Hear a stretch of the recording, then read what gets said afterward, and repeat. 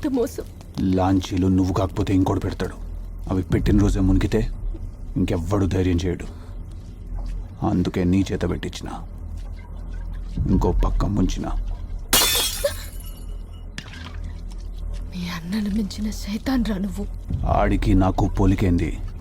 బలగముందని జనాలని భయపెడుతుండు. భయపడ్డోడు భయం తగ్గేదాకే తలంచుతాడు. నమ్మినోడు ప్రాణం పోయే వరకు పక్కనుంటాడు.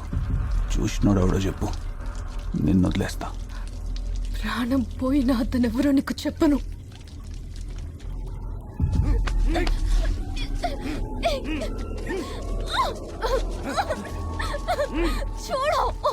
రేపు ఈ పాడుపడ్డ గుడిలో నీ శవం దొరుకుతుంది. కాలిపోయిన నీ శవాన్ని చూస్తే పోలీసులకే వెన్నులో వణుకు పుడుతుంది.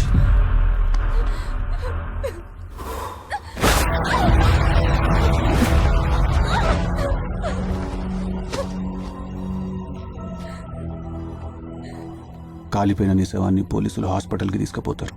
డాక్టర్లు టెస్టులు చేసి 2 విషయాలు చెప్తారు.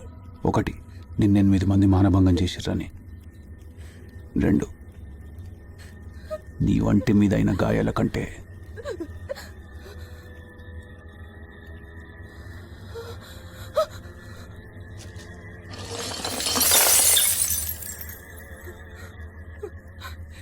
శేఖర్ బాబు ప్లీజ్. తెల్లారేసరికి ఆ శవం తొరకపిల్ల ఆసీమాదని తెలుస్తుంది. ఓ, ఆసీమా అంటే 60 మంది హిందువుల ప్రాణం తీసింది ఆ పిల్లే కదా. అయితే పగతో ఆళ్లే దారుణంగా చంపేసుంటారులే అని ఊరంతా ఒక పుకార్లేస్తుంది. మత కలహాలు చెలరేగుతాయి. ఊరు శ్మశానం అవుతుంది. సగం తలకాయలు పగిలినాక నేను వస్తా, కట్లు కడతా.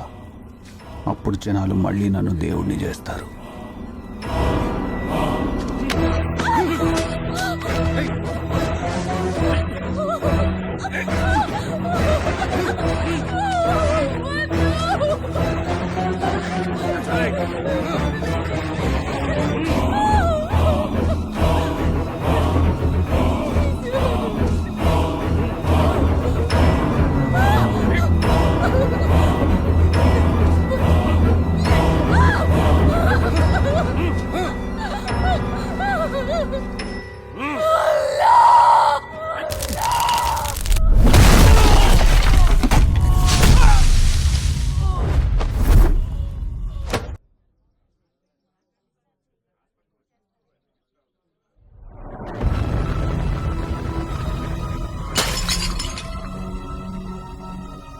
బయటకు తెలిస్తే ఎక్కడ నా పరువు పోతుందో అని కల్కి విషయాన్ని ఎవరికీ చెప్పలేదు.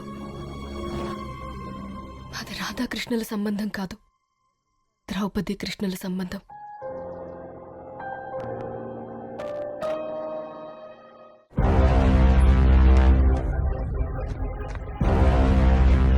ఫోన్ ఏడుంది? హైదరాబాద్ ఫోన్ చేసుకోవాలి. ఫోన్ ఏడుంది? కింద లెఫ్ట్ లో ఉంది. ఫోన్ ఏడుందబ్బా? ఎస్పీ సార్, ఈయనకి చెప్పాలి. నువ్వు సిన్సియర్గా అడిగినప్పుడే అనుకున్నా ఇలాంటిది ఏదో చేస్తావని. నర్సప్పని ఎక్స్పెక్ట్ చేశా, కానీ పెరుమాళ్ళను కూడా క్లోజ్ చేయటం వెరీ స్మార్ట్ మూవ్ కల్కి.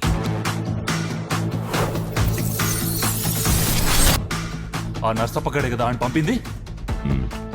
నాకు దొరకాలి. దొరికితే ఏం చేస్తావు? నా కసి తీరేదాకా వాడు ఒంట్లో తూటాలు దింపుతావు. రేపు రాత్రి నరసప్పని అరెస్ట్ చేసి ఘాట్ రోడ్ మీదుగా తీసుకొస్తా.